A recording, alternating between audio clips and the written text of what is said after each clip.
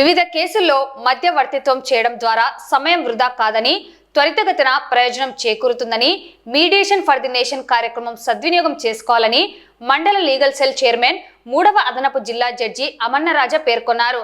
మంగళవారం కోర్టు భవనంలో mediation for the nation కార్యక్రమంలో భాగంగా విలేకరులకు మధ్యవర్తిత్వంపై అవగాహన కార్యక్రమాన్ని నిర్వహించారు. ఈ సందర్భంగా జడ్జి అమన్నరాజా మాట్లాడుతూ, మార్గదర్శకం వల్ల సమస్య సామరస్యపూర్వకంగా కేసులను పరిష్కరించుకోవచ్చన్నారు. పెండింగ్లో ఉన్న ఆయా సంస్థల సివిల్ కాంపౌండ్, క్రిమినల్ కేసులు, రాజీ పడదగిన ఇతర కేసుల గురించి గుర్తించి వాటి పరిష్కారానికి మధ్యవర్తిత్వం ఉపయోగపడుతుందన్నారు. ఈ నెల 10వ తారీఖు నుంచి 16వ తారీఖు వరకు మధ్యవర్తిత్వంపై అవగాహన కార్యక్రమాలు నిర్వహిస్తున్నట్టు తెలిపారు.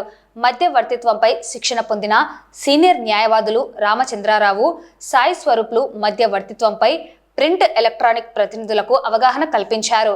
ఈ సందర్భంగా వారు మాట్లాడుతూ, కోర్టుల్లో ఏళ్ల తరబడి కేసులు పెండింగ్లో ఉన్నాయని, కక్షిదారులు ఆహ్లాదకర వాతావరణంలో మధ్యవర్తిత్వం ద్వారా రాజీ పడితే సమయం, డబ్బు ఆదా అవుతుందన్నారు.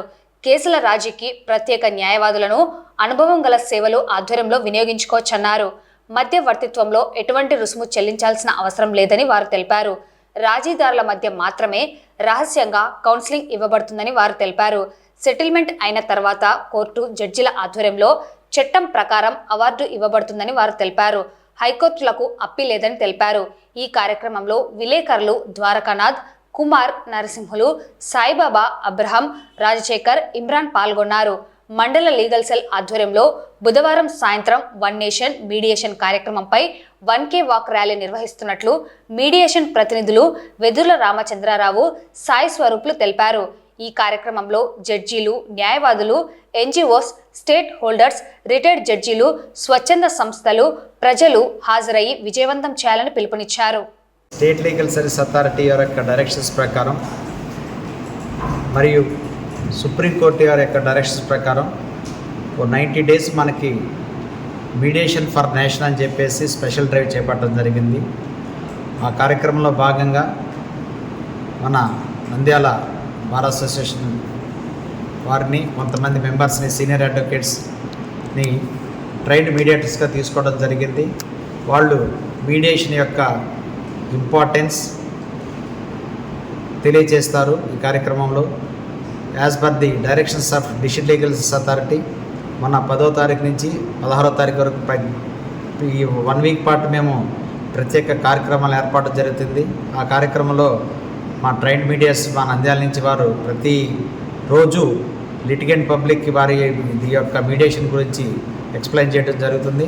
అదేవిధంగా మేము మా మా సహచర న్యాయమూర్తులు మరియు అడ్వకేట్స్ అందరం కలిసి మీడియేషన్ యొక్క ఇంపార్టెన్స్ గురించి ప్రతిరోజు ఒక్కొక్క స్టేక్ హోల్డర్స్, అంటే ఫైనాన్షియల్ ఇన్స్టిట్యూషన్స్తో కానివ్వండి, ఫైనాన్షియల్స్తో కానివ్వండి, బ్యాంక్ అథారిటీస్, ఇన్సూరెన్స్ వాళ్ళతో చేయడం జరుగుతుంది. అదే కార్యక్రమంలో భాగంగానే ఈరోజు ఈ ప్రింట్ అండ్ ఎలక్ట్రానిక్ మీడియా తోటి ఈ మీటింగ్ అరేంజ్ చేయడం జరిగింది.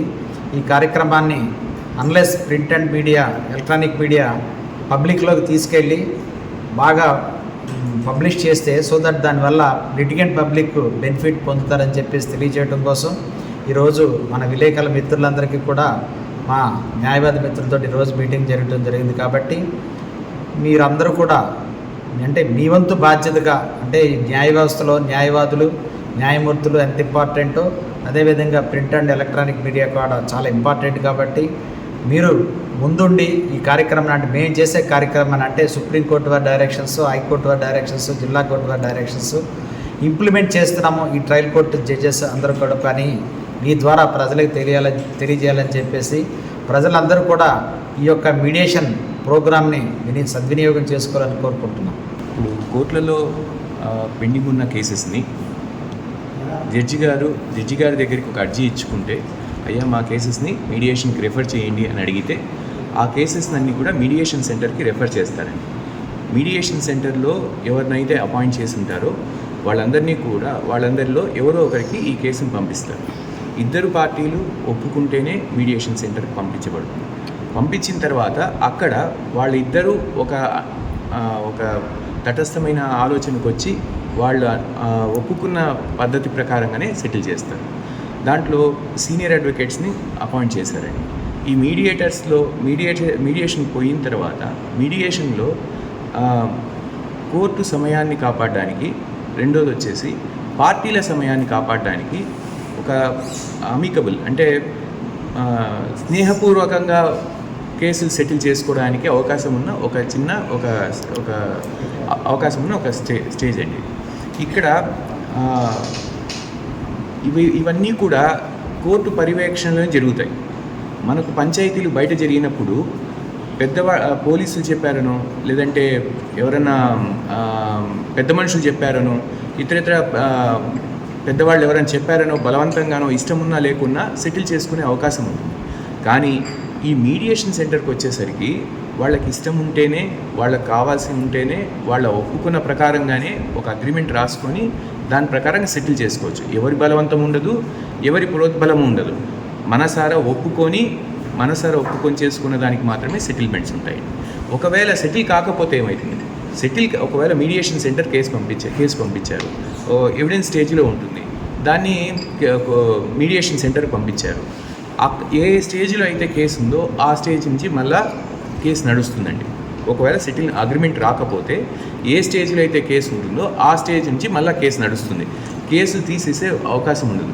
మీడియేషన్ సెంటర్లో జరిగిన విషయాలను దృష్ట్యా కోర్టులో జరుగుతున్న కేసు ఒకవేళ అగ్రిమెంట్ రాకపోతే కోర్టులో వాళ్ళ ఉద్దేశాలు కానీ, కోర్టులో ఉన్న కేసుకు కానీ ఎటువంటి ఎఫెక్ట్ లేకుండా దాన్ని ఒక పద్ధతిగా తయారు చేశారు.